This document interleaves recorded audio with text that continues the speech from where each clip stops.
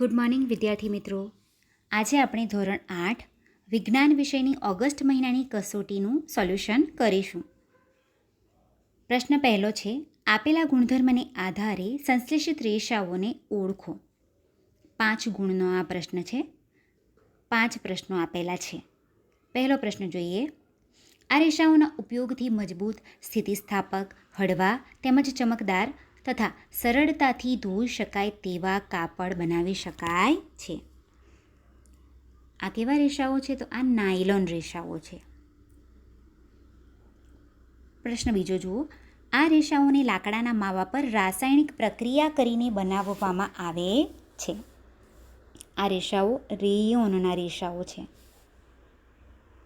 ત્રીજો પ્રશ્ન છે, આ રેશાથી બનતા કાપડને પહેરવું ખૂબ સરળ છે તેમજ કાપડ જલ્દીથી ચોડાઈ જતું નથી અને ધોવું ખૂબ જ સરળ છે.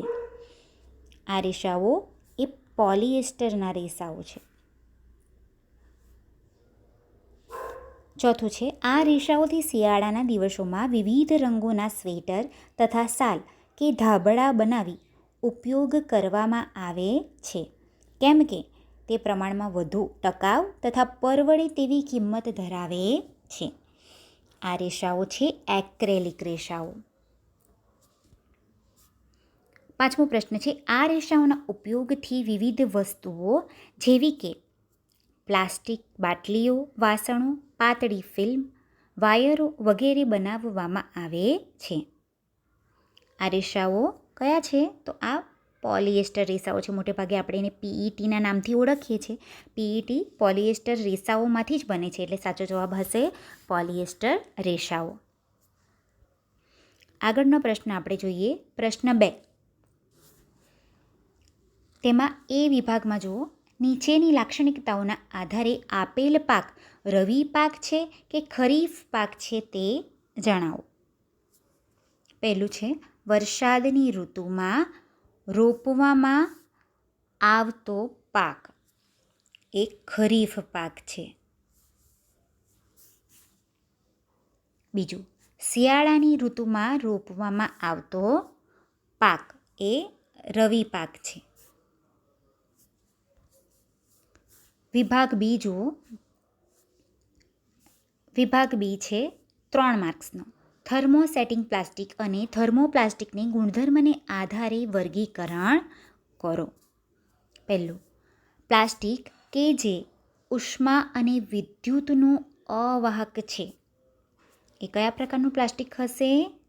એ હશે થર્મોસેટિંગ પ્લાસ્ટિક.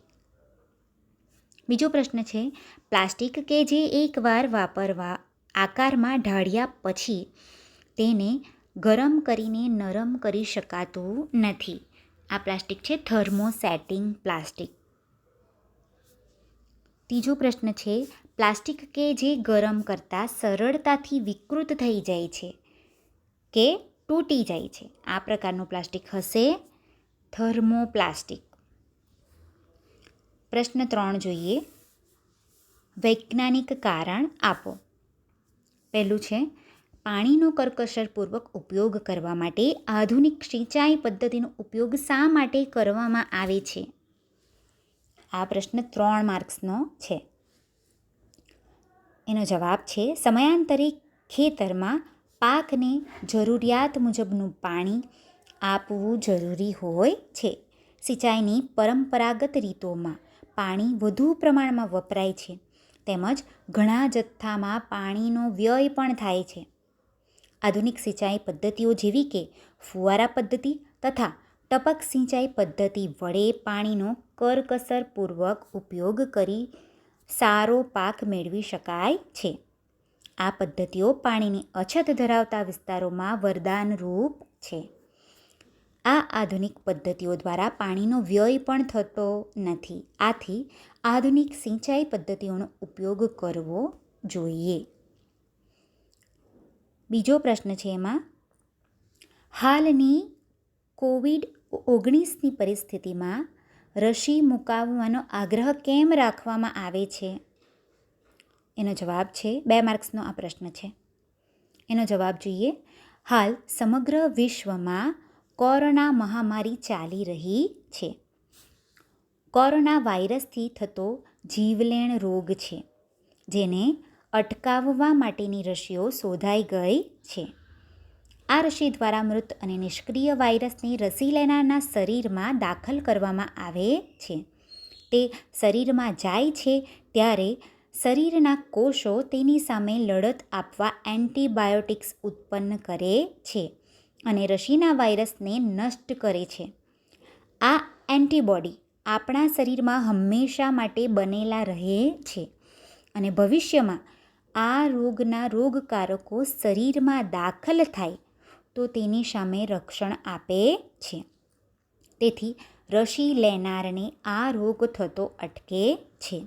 આથી હાલની પરિસ્થિતિમાં રસી મૂકવાનો આગ્રહ રાખવામાં આવે છે. પ્રશ્ન 4 જોઈએ. નીચેના પ્રશ્નોના જવાબ આપ.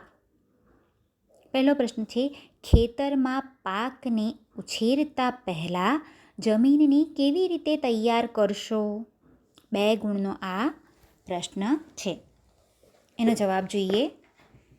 ખેતરમાં પાકને ઉછેરતા પહેલાં માટીને ઉપર નીચે અને પોચી કરવા ખેડ કરવામાં આવે છે. જો માટી અત્યંત સૂકી હોય તો ખેડની અગાઉ તેને પાણી આપવાની જરૂર પણ પડી શકે છે. ખેડેલ માટીના ઢેફાને તોડી જમીનને સમથર કરવું પડે છે, જેથી સિંચાઈ દ્વારા પાણી સમાન રીતે સમગ્ર પાકને મળી શકે. કેટલીકવાર જમીનને ખેડતા પહેલાં કુદરતી ખાતર પણ ઉમેરવામાં આવે છે, જેનાથી ભૂમિમાં કુદરતી ખાતરનું સંમિશ્રણ વ્યવસ્થિત રીતે થઈ શકે.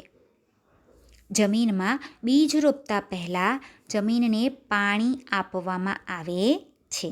આટલી વસ્તુઓ આપણે ખેતરમાં પાકની ઉછેર પહેલાં જમીનને તૈયાર કરવાની હોય ત્યારે કરવું પડે. બીજો પ્રશ્ન એમાં જુઓ. આ બીજો પ્રશ્ન જે છે તે 3 ગુણનો છે. હળ, ખરપિયો અને દાંતી જેવા ખેત ઓજારોનો ઉપયોગ કઈ કઈ પરિસ્થિતિમાં કરશો? એનો જવાબ જોઈએ. હળને કઈ રીતે વાપરવાનું તેનું જોઈ લઈએ. પહેલાં હળનો ઉપયોગ જમીનની ખેડ, ખાતર મેળવવા માટે, નીંદણના નિકાલ માટે તેમજ માટીને ખોદવા માટે કરવામાં આવે છે. આમ હળનો ઉપયોગ પાકને ઉછેરતા પહેલાં જમીન તૈયાર કરવા કરીશું. ખરપિયાનો ઉપયોગ જોઈ લઈએ. નીંદણને દૂર કરવા તથા જમીનને પોચી કરવા માટે ખરપિયાનો ઉપયોગ કરીશું. આમ પાક દરમિયાન અને પાક પહેલાં બંને વખતે એનો ઉપયોગ થાય છે.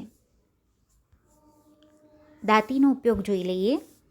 દાંતીનો ઉપયોગ ટ્રેક્ટર સાથે જોડી ખેતરની ખેડ કરવા માટે કરીશું. આમ દાંતીનો ઉપયોગ પાકને ઉછેરવા પહેલાં જમીનની ખેડ કરવા માટે થાય છે. આગળનો પ્રશ્ન જોઈએ. પ્રશ્ન 5. પ્રશ્ન 5 છે, નીચેના પ્રશ્નોના જવાબ આપો. પહેલું છે, કુદરતી ખાતરના ઉપયોગથી પર્યાવરણનું રક્ષણ કેવી રીતે કરી શકીએ? 3 ગુણનો આ પ્રશ્ન છે. જોઈ લઈએ એનો જવાબ. કૃત્રિમ ખાતરના વધુ પડતા ઉપયોગથી જમીનનું બંધારણ બગડે છે, તેથી જમીન પ્રદૂષિત થાય છે તથા તે પાણીમાં ભળતા જલ પ્રદૂષણ પણ થાય છે. તે જમીનની જલધારણ ક્ષમતા ઘટાડે છે. કુદરતી ખાતર એક કાર્બનિક પદાર્થ છે જે વનસ્પતિ તથા પ્રાણીઓના વિઘટનથી પ્રાપ્ત થાય છે. તેના ઉપયોગથી જમીન પ્રદૂષણ કે જલ પ્રદૂષણ થતું નથી. કુદરતી ખાતરથી પાકને બધા પોષક તત્વો મળે છે તથા જમીનમાં ફાયદાકારક સૂક્ષ્મજીવોમાં વધારો થાય છે, જેની અસર જમીનમાં લાંબો સમય સુધી રહે છે, જેથી તેને વારંવાર નાખવું પડતું નથી. આમ કુદરતી ખાતરના ઉપયોગથી પર્યાવરણનું રક્ષણ થાય છે. આગળનો પ્રશ્ન બીજો જોઈએ. પ્લાસ્ટિકના ઉપયોગને ઓછું કરવા માટે તમે રોજિંદા જીવનમાં કેવા પ્રયત્નો કરશો? 2 ગુણનો આ પ્રશ્ન છે. જવાબ.